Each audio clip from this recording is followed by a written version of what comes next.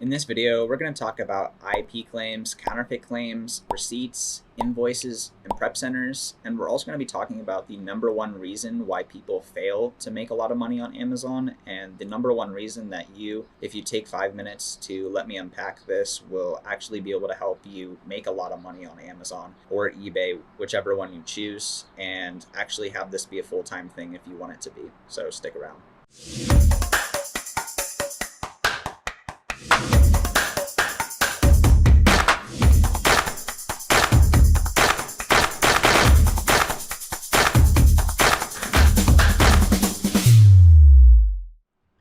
So recently I put out a video about 𝗬𝗂 and someone had a lot of really good questions on the video, and I figured instead of just answering them in the comments, I would just take the time to make a video about it. The very basic thing that I want you guys to get from this video, and Nano, if you're watching this, for you to get from this video as well, is that a lot of these things are really, really good questions, but at the same time, they're going to be a lot easier and more effective for you if you are putting things in action and slowly stacking skills upon skills as you're in action and as you're doing the things, because quite honestly, all of this is too overwhelming to do right at the start. Even if you're super smart, even if you're really successful, even if you're really good at this type of thing right off the bat, it's just gonna be too much for you to do.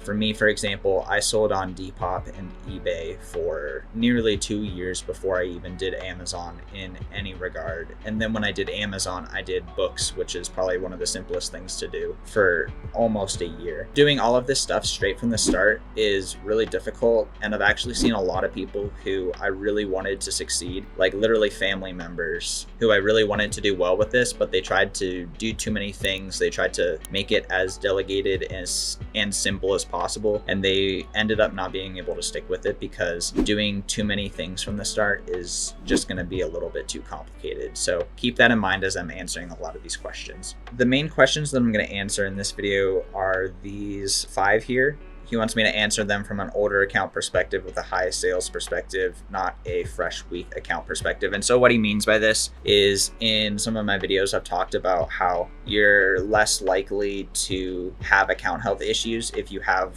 more sales under your belt as an Amazon seller. And that's completely true. For this video, I'm gonna try to answer from both perspectives here. So number one, do you delist an item you get claimed or counterfeit claimed on temporarily, permanently, or do I leave it listed? Yeah, so I mean, this is going to be different based on how old your account is and how much account health problems you think you're in. For me, if it's just one item and it's not a ton of money, let's say it's $100, I'll just delete it because it's slightly more risky, I think, to leave it listed. But if it's a couple $1,000s or something, I'll oftentimes leave it listed in the hopes that Amazon will eventually release the inventory and let me ship it back to myself. Because when you get IP claims or counterfeit claims, most of the time, if you don't provide the right receipt or invoice for that, and if you don't know at all what I'm talking about, you can watch the most recent video that I have, and I'll link it in the description about account health issues. But basically, when you get a claim, you're going to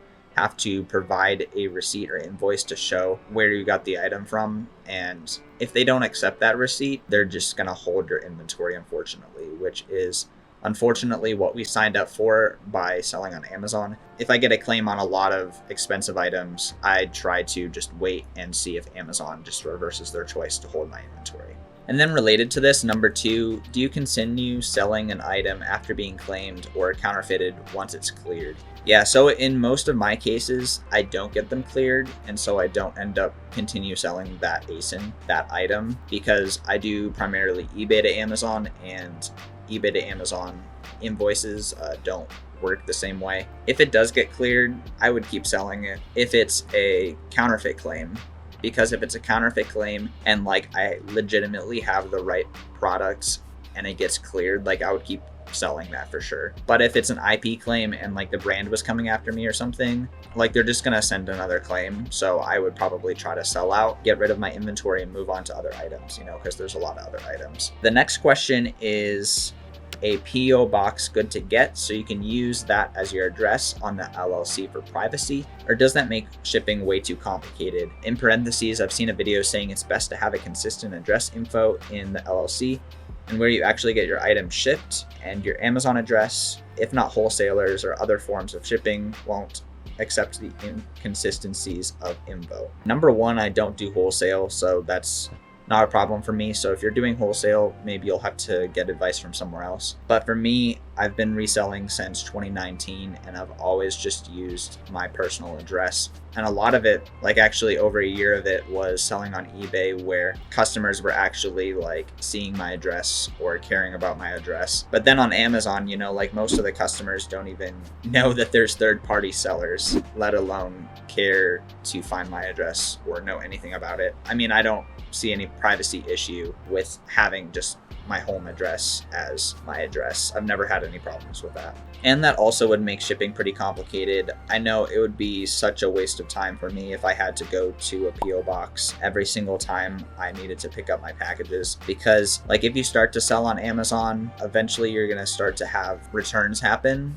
And that's just a normal part of the game. Even if you do Amazon FBA books, you're just going to have random books coming back to your house every once in a while, or every day if you're certain people like Josiah or me or a lot of other people. So it would be a big pain in the neck to have a PO box. Like, for example, this is a funny story. I moved about a year and a half ago, and I changed the address in my Amazon account, and apparently I didn't completely change it, and so packages kept coming to the old address. So I was messaging the new owner of that place on Facebook, and he said items just kept coming, and I'm like, I changed the address, why is this happening? So eventually I just had to call Amazon and make them manually change it. But for months and months and months, a percentage of my packages were going to his address, and going and picking them up was a pain. So long story short, a PO box would be way too complicated.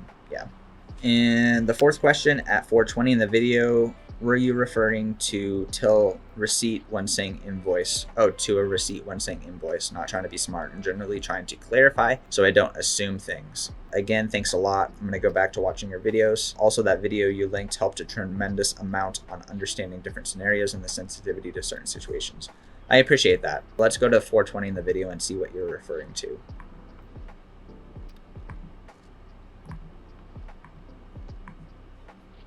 In this video, I'm going to talk about counterfeit, the worst algorithm. But a majority of the time, unfortunately, if you don't have an invoice from a regular wholesaler or a place like Walmart or Target or Nike or whatever it is, it often just doesn't get removed, unfortunately.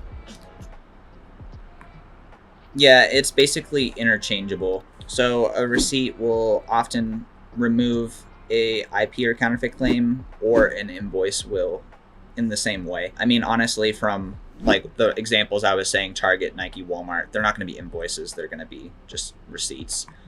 But it doesn't really matter too much. Regardless, in a situation where you get a claim or IP claim, you're going to need a receipt or an invoice, either or, from a authorized distributor of those products. So like a regular store, not eBay. It's either or, receipt or invoice. And then there's one last question. I remember in the series he's referring to my 0 to 20K series. He said he enjoyed it. It reminds him of when he was 9 years old playing RuneScape at the GE. Yeah, like that's a good feeling. But he says, I remember in the series you said you used a prep center at the stage you were at. Did you have the prep center send pictures of the eBay products to you so you can verify it's what promised? Or do you mostly just cross your fingers that it's listed with the original eBay pictures? Yeah, so that's the problem with using a prep center, because a prep center is just not going to do that for you, unfortunately. It was already a stretch enough to have them prep eBay items in general, just because it's less effective for them.